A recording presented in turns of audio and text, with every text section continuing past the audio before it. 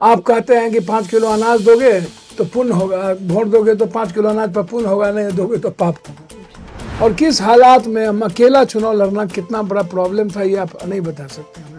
84 road में जब विपक्ष के नेता बनाने में, सबसे मुख्यमंत्री बनाने में पप्पू यादव की भूमिका थी। पहले तो आप ये देखिए कि 10 सालों में आरएसएस जो बीजेपी की ताकत है, अब आरएसएस के बगैर बीजेपी कुछ नहीं है। आप उसके कारण कितने सीट चुनाव हारे, आप इसको देख लीजिए। मधेपुरा, अररिया, सुपौल, झंझारपुर, मधुबनी, खगड़िया, भागलपुर, आप कितने सीट चुनाव हारे। इतना भीतर में एरोगेंसी और अहंकार क्यों, मुझे नहीं समझ में आया। तो नेशन के साथ गद्दारी हुआ ना, नेशन के साथ आपने धोखा किया ना। पप्पू यादव एक इंडिविजुअल व्यक्ति का क्या माने रखता है भाई, और डिटरमिनेशन संविधान को बचाना है। नमस्कार, मैं श्रुति शर्मा और आप देख रहे हैं द वायर। हमारे साथ आज मौजूद है बिहार के पूर्णिया से नवनिर्वाचित सांसद पप्पू यादव जी। पप्पू यादव जी जब से चुनाव के परिणाम आए हैं तब से सुर्खियों में बने हुए हैं, क्योंकि ये बिहार से एकमात्र ऐसे सांसद है जो निर्दलीय चुनकर आए हैं। सबसे पहले तो आपको 7वीं बार लोकसभा में जीतने के लिए बहुत बहुत बधाई। नहीं, बहुत बहुत बधाई आप जनता को दीजिए, सब समाज के लोगों को दीजिए। मुझे लगता है कि इसके लिए डिजर्व करता है जनता। और क्यों डिजर्व करता है ये मैं बार बार कहता हूँ। जैसे आप अयोध्या में गरिया रहे हैं, आपको जो वोट दिया उसको गाली देने लगते हैं, नहीं दिया। आप कहते हैं कि 5 किलो अनाज दोगे तो पुण्य होगा, वोट दोगे तो 5 किलो अनाज पर पुण्य होगा, नहीं दोगे तो पाप होगा। तो ये पाप और पुण्य देने न देने से हम तो तब तो पूरी दुनिया दे दी, हम तो पूरा जमीन जगह बेच के दे दिए हैं पूरी दुनिया को, और हर दिने देते हैं। तो क्या बोलेंगे, हमको पीएम बना दो, सीएम बना दो। ऐसा कुछ नहीं है। आपकी भक्ति में भगवान के यहाँ डेली आपको शराब चढ़ाता है, कोई दूध चढ़ाता है, कहीं तेल चढ़ता है, कहीं धतूर चढ़ता है, तो क्या कहेंगे, हे भगवान हम तो डेली चढ़ाते हैं और आप फिर भी हमको गरीब बनाए हुए हैं, फिर भी कुछ नहीं देते हैं।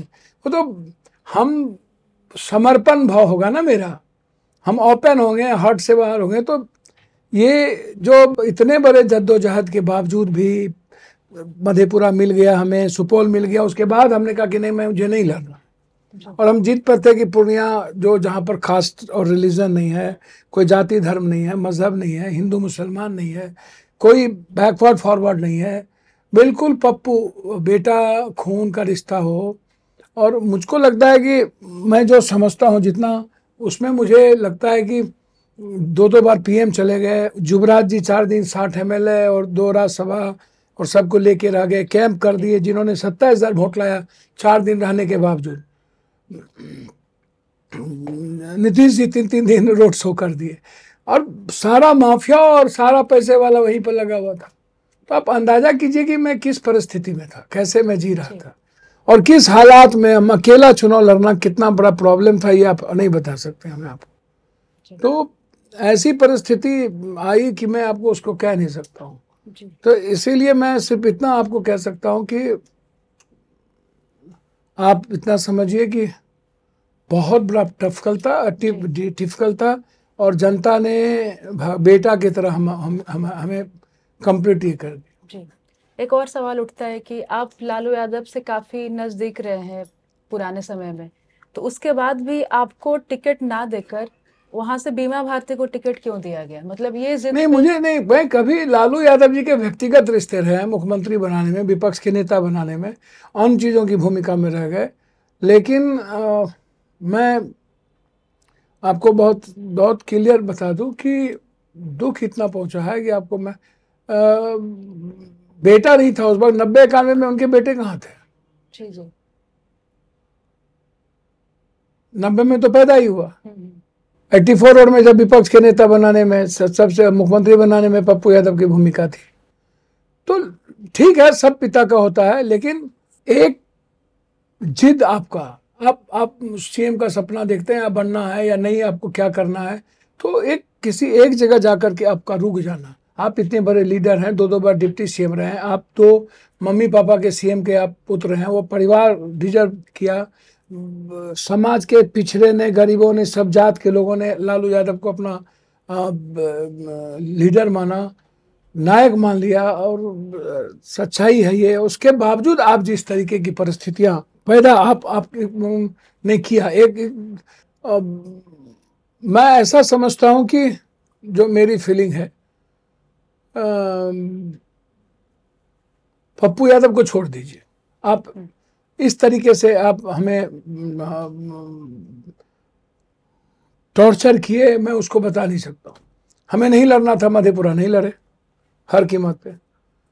तो ऐसी परिस्थिति आई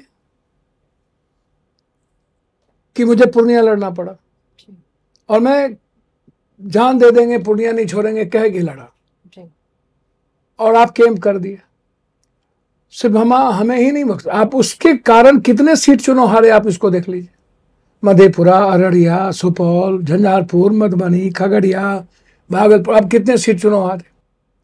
उसके बाद आप शहाबुद्दीन साहब परिवार के साथ भी आपने वही किया। आप उसके बाद कन्हैया जी के साथ आपने वही किया। कन्हैया चुनाव वहां से जीत जाता। तो आप इस परिस्थिति में, अच्छा, राहुल गांधी जी जहां, और प्रियंका गांधी जी और कांग्रेस ने जिस तरीके से आप कितना अपमानित करते हैं। 9 सीट पर आप ला दिए, 17 सीट पर कंप्रोमाइज किया, लेकिन अखिलेश जी ने सिविलाइजेशन दिखाई और राहुल गांधी जी को हाईली रेस्पेक्ट दे करके काम किया। आप इसको समझिए। लेकिन आपने राहुल गांधी जी और प्रियंका गांधी जी का प्रणाम नहीं कराया। प्रियंका गांधी जी का रोड शो होता तो आज प्रदेश कुछ और होती, 25 से ऊपर सीट जाता।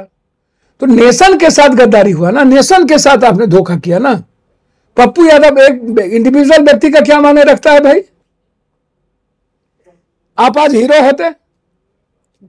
यही सवाल हर कोई पूछ रहा है कि जो चुनाव कैंपेन चल रहे थे उसमें तेजस्वी का ज्यादा प्रभावी दिख रहा था, लेकिन सीटें ज्यादा अखिलेश यादव ने लाई, तो क्या कारण रहा? नहीं, कलेक्टिव अप्रोच, एक दूसरे का रेस्पेक्ट। अब 200 सभा इससे पहले ही विधानसभा में प्रियंका गांधी कर चुकी है। तो बैग कोई नया है नहीं है यूपी। प्रियंका गांधी जी का 200 सभा लगातार संघर्ष, और राहुल गांधी जी का लगातार और डिटर्मिनेशन संविधान को बचाना है। वो जो उसका जिद था, और फिर उद्धव जी, शरद पवार जी और राहुल गांधी का कलेक्टिव सोच, और कांग्रेस का जिद, इतना अनमेच्योर्ड पॉलिटिक्स, इतना भीतर में एरोगेंसी और अहंकार क्यों, मुझे नहीं समझ में आया। मैं ही हेलीकॉप्टर पर हम माछ भात खा रहे हैं, हम केक काट रहे हैं, किस बात का भाई? तो ये पब्लिक कहता है कि इसको किस बात का एरोगेंसी हो गई है। आप, पब्लिक देखना चाहता है कि आप हमारे लिए क्या बात कर रहे हैं, क्या नहीं कर रहे हैं। आप बार बार कुछ भी बोलते रहते हैं।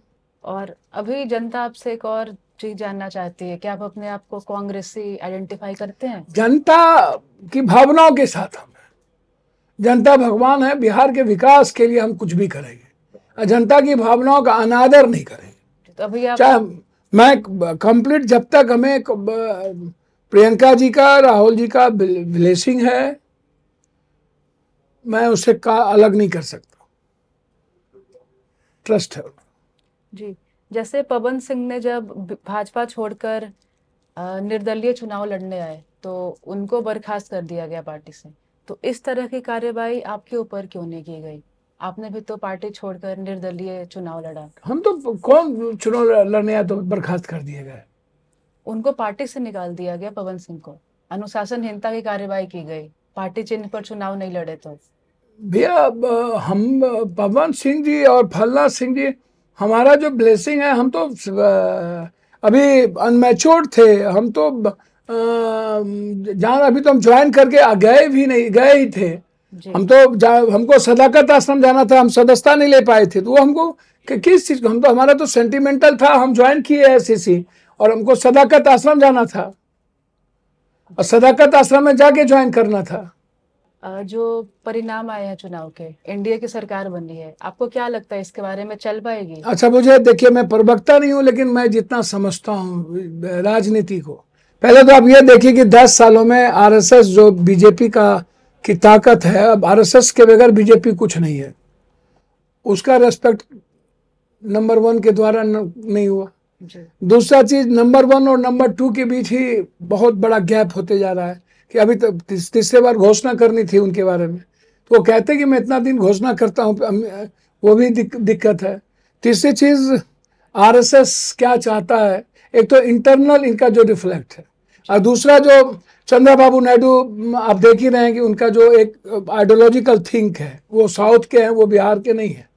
अब नीतीश कुमार जी आए तो पहले उनको बाहर से समर्थन देने की जरूरत थी। कहते कि आप हमको विशेष राज्य का दर्जा दो, विशेष पैकेज दो, हमें इंफ्रास्ट्रक्चर पर बात करो। कांग्रेस नीतीश जी का जो गठबंधन था जिसमें इन्होंने ये तय किया था कि अग्निवीर को हम लोग समीक्षा करेंगे, हम जाति जनगणना भारत में कराएंगे, हम 69% आरक्षण देंगे वो एसटी ओबीसी को। तो आप कहते पहले ये हमारा मुद्दा जो है इसको आप तय कर दो। तो किसी मुद्दों पर ना आप जनता के भावना के, जब आपने एक बेनिफिट ले लिया, मंत्रिमंडल में चले ही गए और विशेष राज्य की चर्चा की ही नहीं, तो इसका मतलब बिहार की जनता के साथ खिलवाड़ करते हैं आप लोग, राजनीति करते हैं सब लोग। तो नीतीश आपको लगता है कि एनडीए में रह जाएंगे या अब ये तो समय बताएगा, मुझे उसमें कुछ नहीं कहना। चुनाव तक वो क्या करेंगे। बिहार विधानसभा के चुनाव में नीतीश जी के बारे में, चूंकि मेरे भाई है, मैं उसका बहुत सम्मान करता हूं, लेकिन जो नीतीश जी का नेचर ऑफ वे है, गांधीयन थॉट है, अम्बेडकरवादी सोच है, समाजवादी कैरेक्टर है, बहुत लंबा चल पाएंगे मुझे ऐसा महसूस नहीं होता। जी। और 2025 का चुनाव भी बहुत ज्यादा दिन दूर नहीं है। हाँ, पहले भी नवंबर में भी हो सकता है, हरियाणा और झारखंड के साथ हो सकता है। तो उस चुनाव में आप खुद को कैसे देखते हैं? और देखिए, अब मैं कांग्रेस का यदि के साथ खड़ा हूं और रहूंगा तो निश्चित रूप से कांग्रेस के संगठन और कांग्रेस को नंबर 1 पार्टी बनाने का प्रयास करूंगा। और एक और सवाल उठता है, अभी जो चुनाव आयोग ने जो चुनाव करवाए उसकी निष्पक्षता पर लेकर आप, वो तो बहुत सवाल, जैसे आपने कहा था सबको कफन बांधने के लिए आपने वो तो बहुत सवाल है उसके। भैया उन पे चुनाव आयोग को तो बीजेपी के दफ्तर का वर्कर है, वो सब कोई बात है।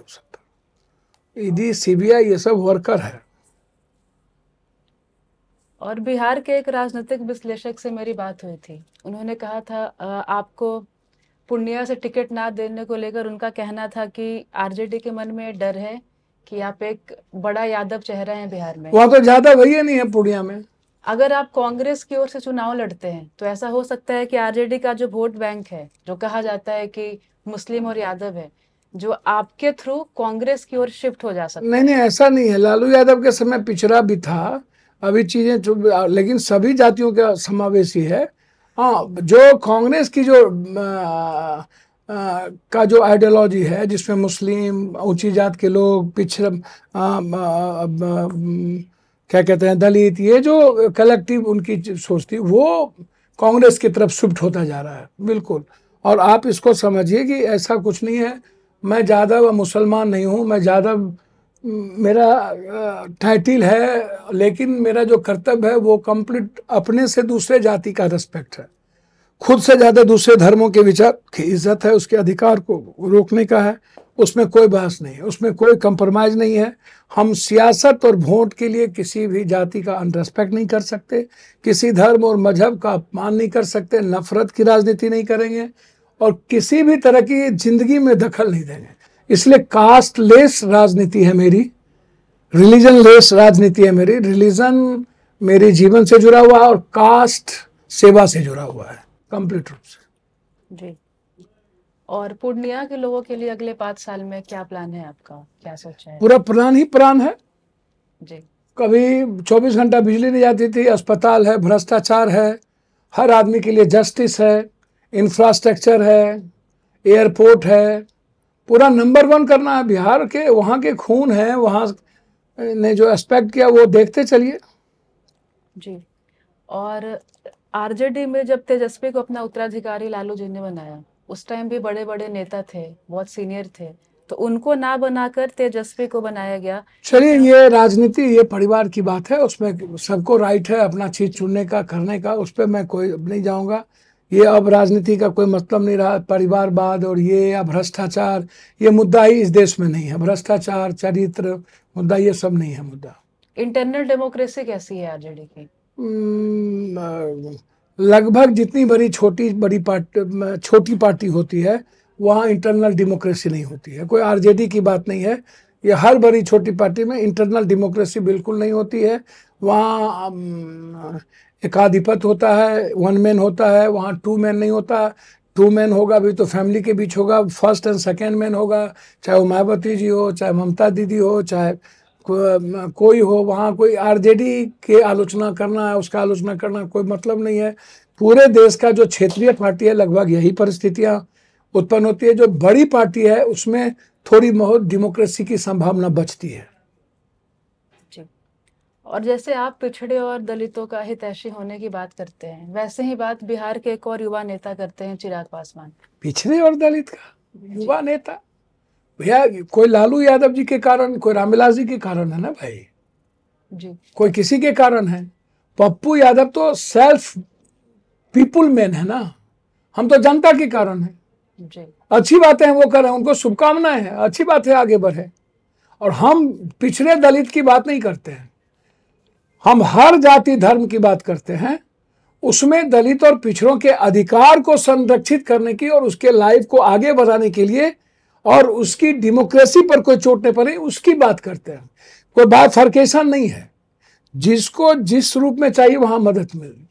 और आपकी संभावनाएं हैं कि आप एनडीए को अपना समर्थन दे सकते हैं? मुझे लगता है कि जनता की भावना के अनुकूल मुझे काम करना चाहिए और बिहार विकास पर बात करनी चाहिए। जी। और पप्पू यादव के लिए सेकुलरिज्म कितने मायने रखता है? और ये आरजेडी हमारे लिए मानवता सबसे मायने रखता है, ह्यूमैनिटी, मानवतावादी सोच जो है ना, नव मानवतावादी, हमारे जो आनंद मार्ग की फिलॉसफी है और जो मेरा आदर्श है वो नव मानवतावादी है कंप्लीट रूप से, और मानवता में ही सब कुछ छुपी हुई है। जी।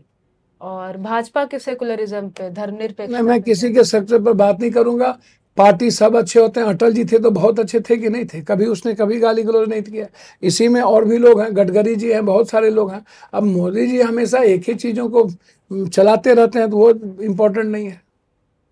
जी।